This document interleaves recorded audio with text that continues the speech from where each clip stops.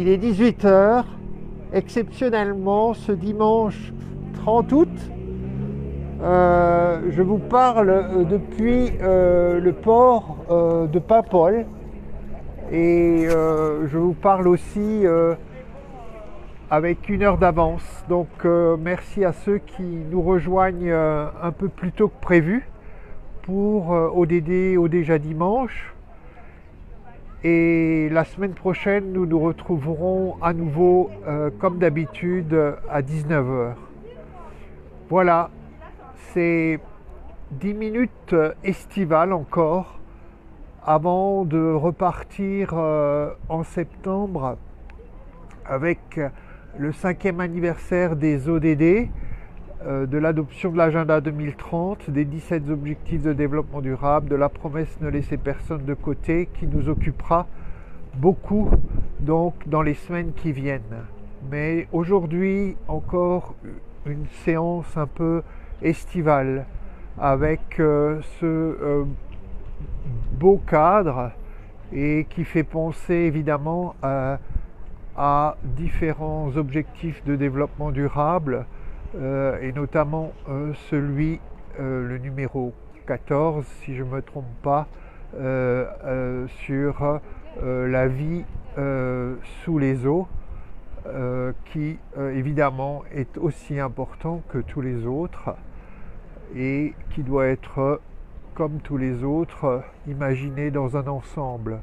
Donc voilà, nous sommes à Paimpol, il est 18 h 30 août, je ne sais pas si j'ai dit septembre, enfin bref.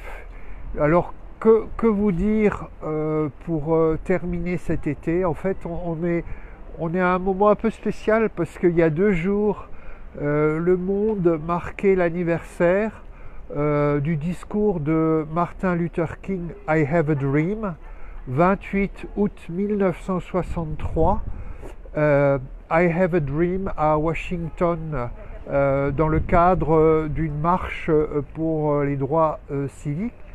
Et j'aurais envie de dire qu'avec Nelson Mandela, dont je vous ai déjà parlé, avec Gandhi et avec un Français que peut-être certains d'entre vous connaissent, Joseph Wrezinski, Martin Luther King est sûrement un des pères inspirateurs de l'agenda 2030 qui a comme objectif central la lutte et l'élimination de la pauvreté sous toutes ses formes et partout dans le monde.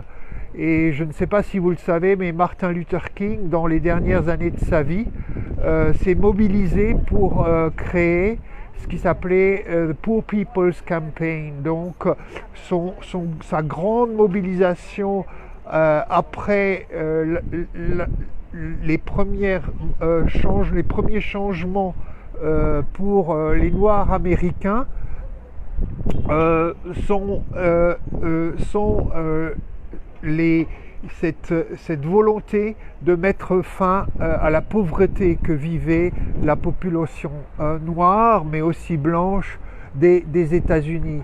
Et avec Mandela, avec Wrezinski, avec Gandhi, ils sont de 4 continents différents, je dirais les pères fondateurs, ceux qui nous disent la pauvreté peut être éliminée et doit être éliminée, et quelque part ils sont au cœur spirituellement de l'agenda 2030. Donc il y a 2 jours, on marquait le monde marquait le 57e anniversaire, si je ne me trompe pas, donc de ce grand discours I Have a Dream que nous connaissons du moins une référence beaucoup. Mais il est vraiment important de se rappeler que MLK, comme on dit aux États-Unis, est au cœur de l'inspiration de l'agenda 2030. Et puis demain, 31 août, si je ne me trompe pas, c'est le 40e anniversaire de la légalisation du syndicat Solidarité en Pologne, donc août 1980, alors que le monde est encore divisé en 2 blocs, ou peut-être plus d'ailleurs.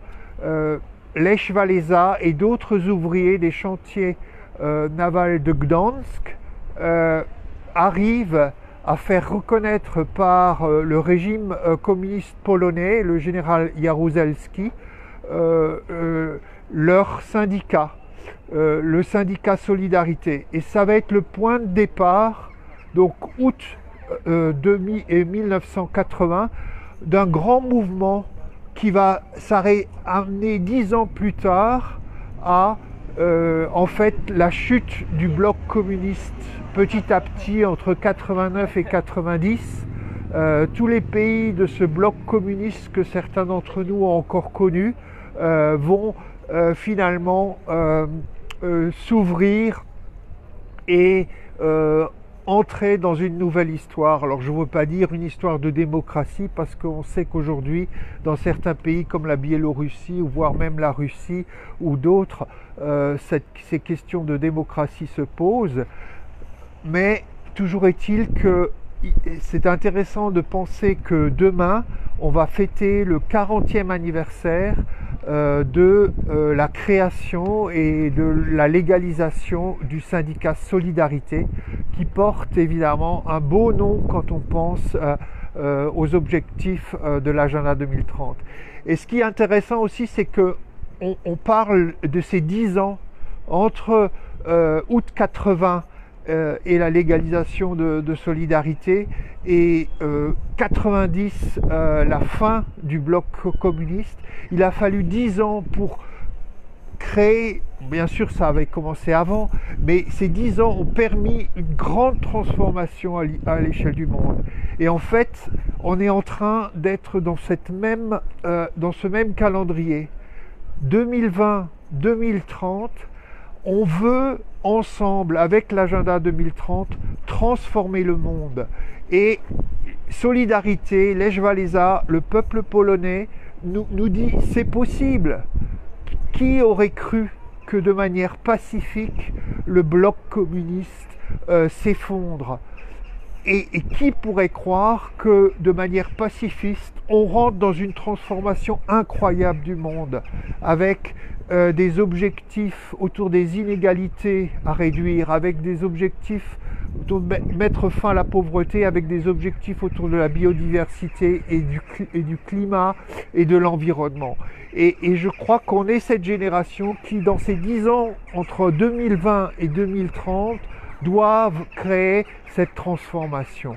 Donc voilà, on est entre Martin Luther King et le syndicat Solidarité, le 30 août, à Paimpol, chantier naval de Gdansk, port de plaisance et port de pêche de Paimpol. Pour terminer, je voudrais encore dire quelque chose. En France, on est avec le Tour de France qui a commencé hier. C'est intéressant de s'imaginer que le vélo pourrait être un pilier fondamental de ce processus de transformation du monde entre 2020 et 2030. Il y a un certain nombre de personnes qui ont écrit déjà des rapports sur comment le vélo, l'usage de la bicyclette pourrait contribuer à toute une série des 17 objectifs de développement durable et de la promesse ne laisser personne de côté. Je n'ai pas vu de rapport français à ce sujet, mais voilà, j'ai un rêve. Alors j'en ai plein, mais voilà, comme on est avec Martin Luther King et I Have a Dream, j'ai un rêve. C'est que l'année prochaine et toutes les années suivantes, la caravane du Tour de France soit aussi une caravane de promotion des objectifs de développement durable et de la promesse ne laisser personne de côté. Je vous parlerai d'autres rêves dans les semaines qui viennent, mais gardez celui-là en tête, le Tour de France comme un lieu de promotion et d'appropriation par le public français des 17 objectifs de développement durable et de la promesse ne laisser personne de côté. Je vous laisse avec cette réflexion et je vous dis à la semaine prochaine et je vous laisse encore regarder ce magnifique port de Paimpol que je découvre avec vous. Allez, à bientôt!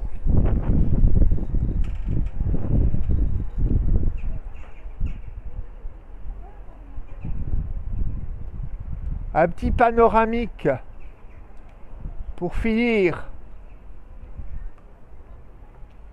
Mais là, c'est plein soleil, donc je ne sais pas ce que vous voyez. Bon, et voilà, vous voyez, et puis comme je parlais de Tour de France, j'ai mon beau petit maillot cycliste, et puis évidemment mon masque qui va être obligatoire à partir du 1er septembre. Mais c'est fini, j'ai quelqu'un qui me signale 10 minutes, c'est bien